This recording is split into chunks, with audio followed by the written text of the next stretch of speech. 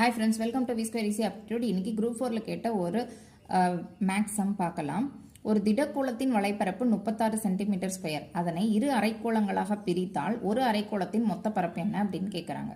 Okay, ஒரு திடக்கோளம் அப்படிங்கிறது ஒரு பெரிய லட்டுன்னு வச்சுக்கலாம். ஓகேங்களா? ஸோ அதனுடைய வலைப்பரப்பு பார்த்தோம் அப்படின்னா 4 πr ஸ்கொயர். அது வந்து 36 சென்டிமீட்டர் ஸ்கொயர்னு சொல்லியிருக்காங்க. அப்போது அதை வந்து 2 அரைக்கோளங்களாக பிரிக்கிறாங்க, அதாவது 2ஆக கட் பண்ணிடுறாங்க. இப்போ 2ஆக கட் பண்ணதுக்கப்புறம் நம்மக்கிட்ட 2 இருக்குது, 2 அரைக்கோளம் இருக்குது. பட் அதில் ஒரு அரைக்கோளத்தோடைய மொத்த பரப்பு என்னன்னு கேட்குறாங்க. ஓகேவா? ஒரு அரைக்கோளத்தோடைய மொத்த பரப்பு பார்த்தோம் அப்படின்னா இது வந்து 2 πr ஸ்கொயர் அண்ட் மேலே வந்து πr ஸ்கொயர். ஸோ மொத்த வலைப்பரப்பு பார்த்தோன்னா 3 πr ஸ்கொயர்.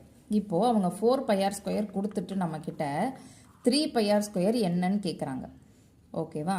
ஸோ இப்போ 4 πr ஸ்கொயர்லேருந்து நம்ம πr ஸ்கொயரை மட்டும் ஃபைன் பண்ணிக்கலாம். அதை 3ஆல் மல்டிபிள் பண்ணோம் அப்படின்னா நம்மளுக்கு அரைக்கோளத்தோடைய மொத்த பரப்பு கிடச்சிரும். இப்போ இதிலிருந்து பார்த்தோம் அப்படின்னா 4ஐயும் 4ஐயும் அடித்தோன்னா 9 4 36. அப்போ 5r ஸ்கொயரோட வேல்யூ வந்து 9. ஓகேங்களா? இப்போ ஒரு πr ஸ்கொயர் 9 அப்படின்னா 3 πr ஸ்கொயர் எவ்வளோ? 9 3 27. அப்போ 27 தான் ஆன்சர். 27 centimetre square.